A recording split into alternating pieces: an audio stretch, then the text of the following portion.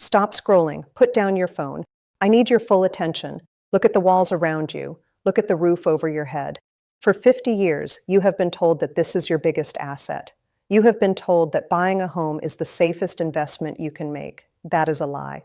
While you're paying your mortgage, the most powerful companies in the world are quietly deciding that your home is worth zero. Look at this map. State Farm is fleeing California. Allstate is abandoning Florida. Companies are pulling out of Texas. Why? They aren't just raising prices. They are leaving. And they know something you don't. Here's the trap. If you can't get insurance, the bank won't give you a loan. And if you can't get a loan, nobody can buy your house. We are witnessing the death of the American dream. Your house isn't an asset anymore. It's a trap. This is histo. To understand why the American housing market is walking toward a cliff, you don't need to look at interest rates. You don't need to look at the Federal Reserve. You need to look at your mailbox. For millions of Americans, the most terrifying piece of paper they received this year wasn't a tax bill. It wasn't a jury summons. It was a simple one-page letter from their insurance company. And the message on that letter was short, brutal, and non-negotiable, non-renewal. We are witnessing something that has never happened before in the modern history of the United States. We are witnessing a capital strike. For 100 years, the business model of insurance was boring but profitable. You pay a premium, they take the risk. It was a partnership that allowed the American economy to function. But starting in 2023, that partnership broke. The first crack in the dam appeared on a quiet Friday afternoon, May 26, 2023. State Farm, the largest homeowner insurance company in the United States, quietly updated its website. There was no press conference. There was no breaking news alert, just a short statement that changed everything. They announced that they would no longer accept any new applications for homeowners insurance in the state of California. Think about the magnitude of that. We're not talking about a small regional startup. We are talking about State Farm, the company that insures 1 out of every 5 homes in America. The company whose slogan is like a good neighbor, State Farm is there. Well, the neighbor packed up and left. And they didn't just stop insuring mansions in the wildfire zones of Malibu. They stopped insuring everywhere from the suburbs of Sacramento to the condos of San Diego. They looked at the entire state, the 5th largest economy in the world, and they said the math no longer works. If it had just been State Farm, maybe we could have panicked less. Maybe we could have called it a corporate dispute or political stunt. But it wasn't just them, it was a signal. And once the signal was given, the stampede began. Days later, Allstate followed them. Then Farmers Insurance limited its exposure. Then AIG, then Chubb. It was a domino effect of abandonment. And while the media focused on California, an even darker story was unfolding on the other side of the country, in Florida. If California is the crack in the dam, Florida is the flood. In Florida, the private insurance market hasn't just retreated, it has effectively collapsed. Farmers Insurance announced it was pulling out of the state entirely, leaving 100,000 families scrambling for coverage overnight. AOA declined to renew policies. So what happens when the private companies leave? The government has to step in. In Florida, the state-backed insurer, Citizens Property Insurance, was supposed to be the insurer of last resort. It was supposed to be the place you went when absolutely no one else would touch you. Today, Citizens is the largest insurer in Florida. Think about what that means. The state of Florida, the capital of free market capitalism, has essentially nationalized its housing risk because the free market has decided that Florida is uninsurable. But here's the part that should keep you awake at night. If you think this is just a coastal problem, if you think this is just about earthquakes in California or hurricanes in Miami, you are wrong. The contagion is moving inland. In 2024 and 2025, we saw premiums skyrocket in states that are nowhere near the ocean: Texas, Colorado, Minnesota, and Iowa. Why? Because of something the industry calls secondary perils: hailstorms, tornadoes, wind events. These aren't the headline-grabbing disasters like Hurricane Katrina. These are the smaller, frequent billion-dollar storms that grind insurance companies into dust. In Iowa, premiums are up 50%. In Texas, some homeowners are seeing their deductibles rise to levels that make the insurance useless. We are seeing a great retreat from the middle of America. And the companies aren't doing this because they are evil. They aren't doing this because they hate you. They are doing this because they are the best mathematicians in the world. Insurance companies have thousands of actuaries, people whose entire job is to calculate the probability of the future. They have supercomputers running climate models, inflation models, and destruction scenarios.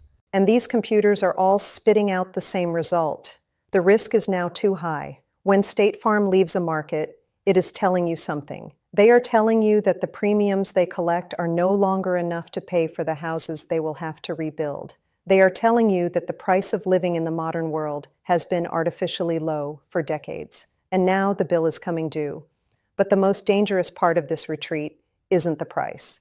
It's the availability. You can pay a higher price. You can budget for a 20% increase. You can cut back on vacations to pay your premium. But what do you do when the answer is simply no? What do you do when you call 5 different brokers and they all tell you, sorry, we aren't writing in your zip code anymore? This is the beginning of the uninsurable world, and the consequences of this retreat go far beyond your monthly bill. This strikes at the very heart of the financial system.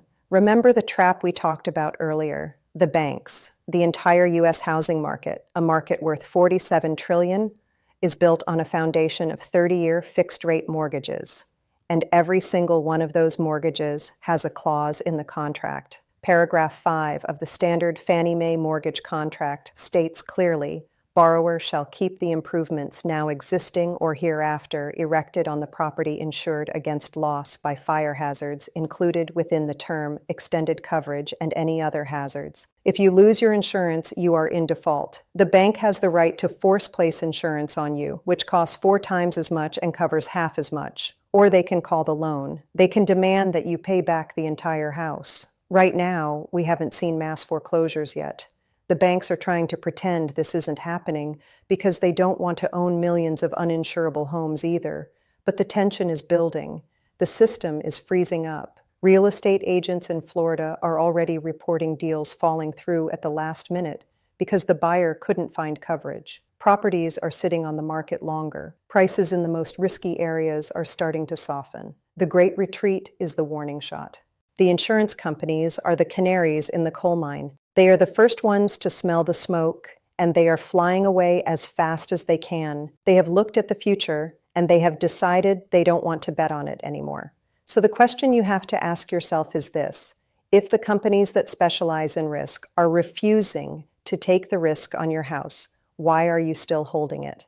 But to truly understand why they are running, we have to look at the numbers they are looking at. We have to look at the losses, because what happened in the last 24 months wasn't just a bad run of luck. It was a statistical anomaly that broke the models. Why is this happening? Why would State Farm, a company that has survived the Great Depression, 2 world wars, and the 2008 financial crisis, suddenly decide that the American home is too dangerous to touch? The answer isn't political. It isn't a conspiracy. It is a simple, terrifying calculation that broke the industry. To understand the crisis, you have to understand how insurance actually works. It is the business of betting against the future. For centuries, the industry operated on a simple principle called the law of large numbers. If you insure one house against a fire, that is gambling. You don't know if it will burn down. But if you insure 1 million houses, that is statistics. You know, with incredible precision, that exactly 0.3% of them will burn down this year. You collect premiums from everyone. You pay the unlucky few, and you keep the profit. It was a perfect business model. It was a money printing machine until the weather changed. For decades, the insurance industry focused on the big one, Hurricane Andrew, the Hurricane Katrina, the massive named storms that hit the coast and caused billions in damage. They built their models around these events. They knew they would happen once every 10 or 20 years, and they priced them in. But starting in 2023 and accelerating through 2024 and 2025, a new villain emerged, a villain that didn't have a name. The industry calls them severe convective storms, or SCS. To you and me, these are just bad storms, thunderstorms, hailstorms, tornadoes, straight-line winds. They aren't global news. When a hailstorm hits a suburb in Texas, CNN doesn't send a helicopter. It doesn't make the front page of the New York Times, but to an insurance company, these storms are death by 1,000 cuts. In 2023, for the first time in history, the losses from these boring thunderstorms broke the $50 billion barrier. By 2025, the number had doubled again. The industry hit a staggering, horrifying milestone: $100 billion in global insured losses. Not from a single mega disaster, but from an endless, relentless parade of medium-sized storms. It's the hail that shreds 1,000 roofs in Dallas. It's the wind that tears the siding off 1,000 homes in Minnesota. Every single one of those claims costs $20,000 or $30,000. And when you multiply that by millions of homes across thousands of storms, the math stops working. The premiums you paid, that $500 a year, were calculated based on the climate of 1990. But we are living in the climate of 2026. The actuaries looked at their models and realized something that chilled them to the bone. The past is no longer a predictor of the future. For 100 years, insurance relied on historical data. If you wanted to know how many storms would hit Florida next year, you would look at the last 50 years of data. But what if the climate has shifted? What if the 100-year flood now happens every 5 years? What if the once-in-a-generation wildfire is now an annual event? If the historical data is useless, then the insurance model is broken. You are flying blind. And when an insurance company flies blind, they don't gamble, they exit. But there is another layer to this, a layer that most homeowners don't even know exists. It's called reinsurance. You have insurance for your house, but who insures the insurance company? State Farm and Allstate don't keep all that risk on their own books. They buy insurance from massive global companies called reinsurers. These are the titans of the industry. Swiss Re, Munich Re, Lloyd's of London. These are the people who hold the bag when the world ends. And in 2024 and 2025, the reinsurers had enough. They looked at the data coming out of America, the fires in Hawaii, the floods in California, the storms in the Midwest, and they raised their prices drastically. The cost of reinsurance for U.S. property spiked by 30%, 40%, and in some cases 50% overnight. This forced the hands of the local companies.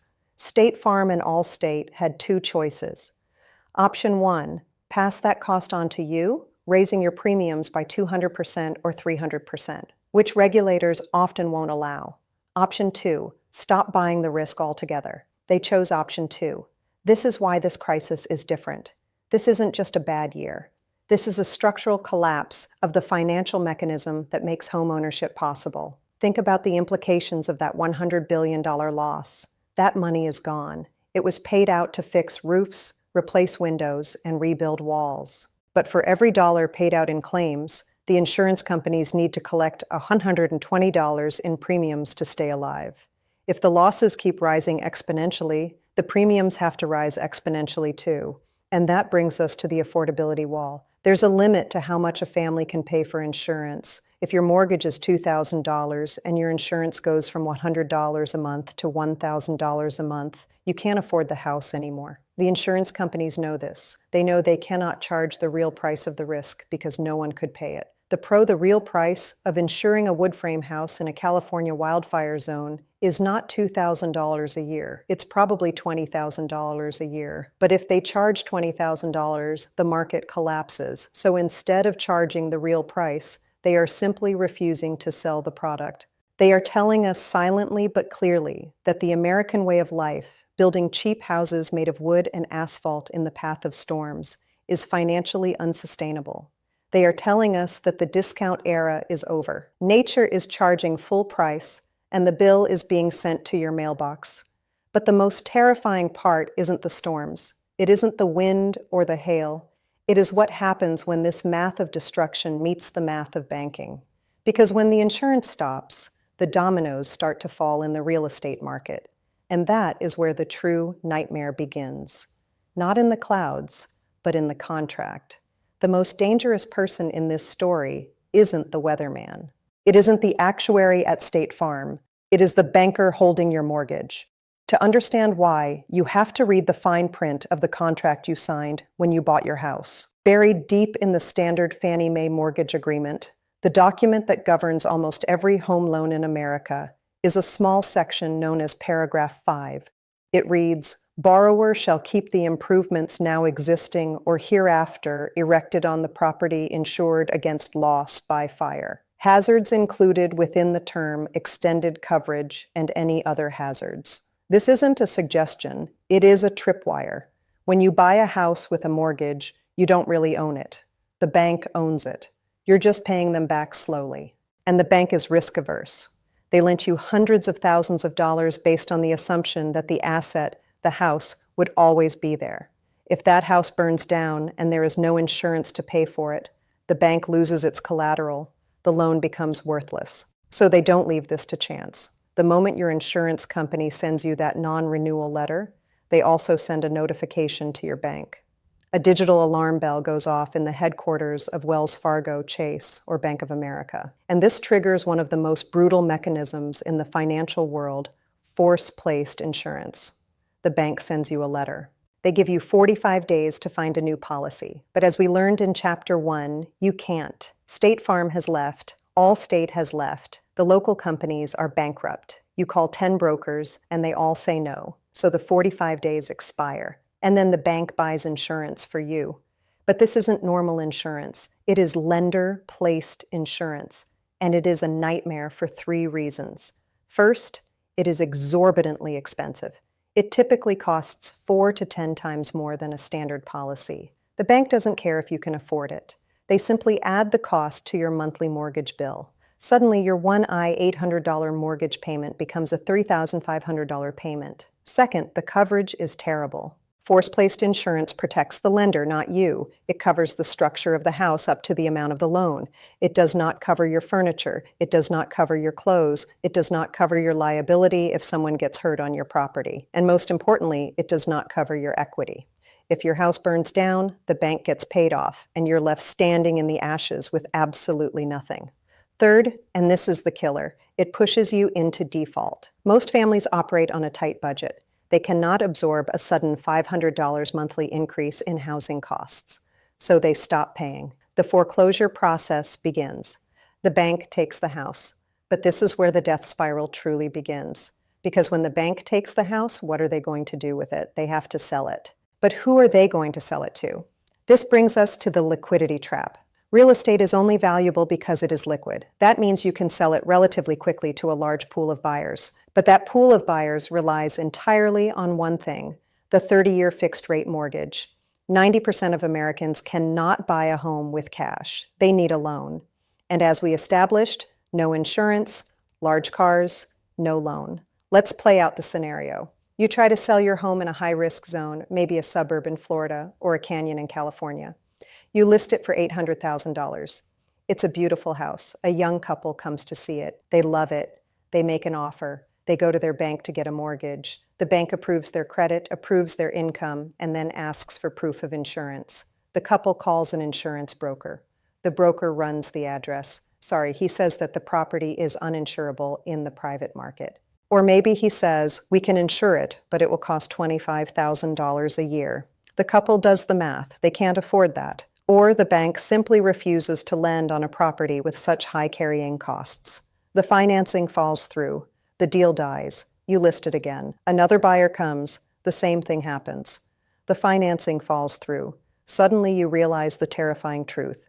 You've been cut off from 90% of the market. The only people who can buy your house are cash buyers, investors, hedge funds, and speculators. And cash buyers are predators. They know you're desperate. They know the house is uninsurable. They know you can't get a mortgage. So they don't offer you $800,000. They offer you $400,000 or $300,000. They offer you the value of the land minus the risk of the structure burning down. Overnight, your equity, your life savings, your retirement plan, and the money you were going to use to send your kids to college evaporate. It didn't evaporate because the house physically changed. The kitchen is still there. The roof is still there.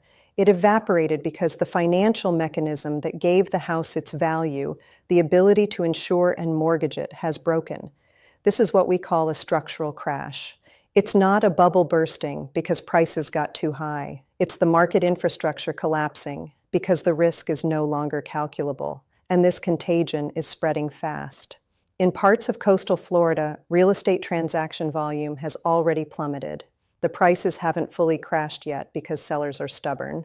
They are refusing to sell at the new, lower reality, but that is just denial. The unsold inventory is stacking up, and the banks know this. This is the secret fear that keeps Federal Reserve governors awake at night. U.S. banks hold trillions of dollars in residential mortgages on their balance sheets. They mark those assets at full value, but if that condo becomes uninsurable and the market value drops to $200,000, the bank is insolvent. We are looking at a potential banking crisis that makes 2008 look like a rehearsal. In 2008, the houses were still insurable. People just couldn't pay the loans. In 2026, the houses themselves are becoming financial toxic waste. So the homeowners are trapped, the banks are exposed, the insurers have fled, and the map of America is being redrawn. Because when you can't live in the South, and you can't live in the West, and you can't afford the coast, where do you go? The Great Migration has already begun, and it is changing the future of the country. Where does this leave us? We have a great retreat by the insurance companies, leaving millions of homes unprotected. We have a math problem where the cost of climate damage is rising faster than anyone can pay for it. And we have a death spiral in the real estate market where uninsurable homes are becoming worthless assets. The conclusion is inescapable. The map of the United States is being redrawn right in front of our eyes.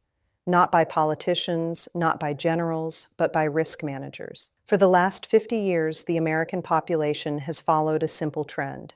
They move south and they move west. They left the cold industrial cities of the north, places like Detroit, Buffalo, and Cleveland, and they moved to the Sun Belt. They moved to Phoenix for the heat. They moved to Florida for the beaches. They moved to California for the lifestyle. It was the greatest internal migration in U.S. history, but now the tide is turning. We are witnessing the beginning of the great reverse migration. People are waking up to the reality that the Sun Belt is becoming the risk belt. You cannot live where there is no water. You cannot build where there is constant fire.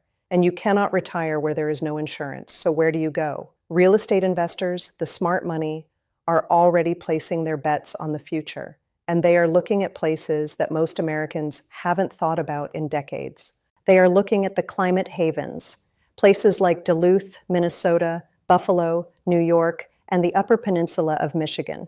Why? Because these places have two things that the rest of the world is running out of: fresh water and stability. They are far from the rising oceans. They are too cold for the tropical diseases and heat waves that are plaguing the South. And most importantly, they are insurable. We are already seeing the early signs of what economists call climate gentrification. In the past, the most valuable land was on the beach. In the future, the most valuable land will be on the high ground, far away from the coast. As the insurance crisis deepens in Florida and Texas, the wealthy will pack up and move north. They will buy up the safe property in the Great Lakes region, driving up prices and pushing out the locals. We will see a new kind of inequality, not just between the rich and the poor, but between the safe and the unsafe. The rich will live in the insurable zones, enclaves of stability where mortgages are still available and property values are protected. The poor and the middle class will be trapped in the uninsurable zones, stuck in houses they cannot sell, paying mortgages on assets that are slowly becoming worthless, waiting for the next storm to wipe them out. And this brings us to the final desperate hope that many homeowners have: the government. You might be thinking, surely the government won't let this happen. Surely if State Farm leaves, the government will step in and insure us. This is the most dangerous illusion of all. Yes, states like Florida and California have created unfair plans, government-backed insurance pools for people who can't get private coverage. But here's the harsh reality. The U.S. government is already drowning in $36 trillion of debt. If a major Category 5 hurricane hits Miami directly, The cost of rebuilding would be roughly $200 to $300 billion. There's not enough money in the Florida State Treasury to pay for that. There is not enough money in the federal FEMA budget to pay for that. If the government tries to bail out the entire U.S. housing market, if they try to insure every uninsurable home in America, it would bankrupt the nation. It would require printing trillions of dollars, triggering hyperinflation, which would destroy the currency. The hard truth is, the government cannot save your house. They can print money, but they cannot print safety. They cannot legislate away a tornado. They cannot pass a law that stops a wildfire. The era of the discount is over. For decades, we lived in a fantasy where we believed we could build flimsy houses in dangerous places and pay almost nothing for the risk. We believed that nature had been conquered, but nature is batting last. And the insurance companies, the ones who calculate the odds for a living, have already left the stadium. The message they left behind is clear for those willing to read it. Your home is no longer a guaranteed piggy bank. It is a liability. And the window to exit the risk zones is closing fast. In 2008, the crash happened because people had bad credit. In 2026, the crash is happening because the planet itself has bad credit. The American dream was built on the idea of ownership. But in the uninsurable world, ownership is just another word for holding the bag. The question isn't whether the crash happened. The question is, are you standing in the safe zone when the music stops? This is Histo.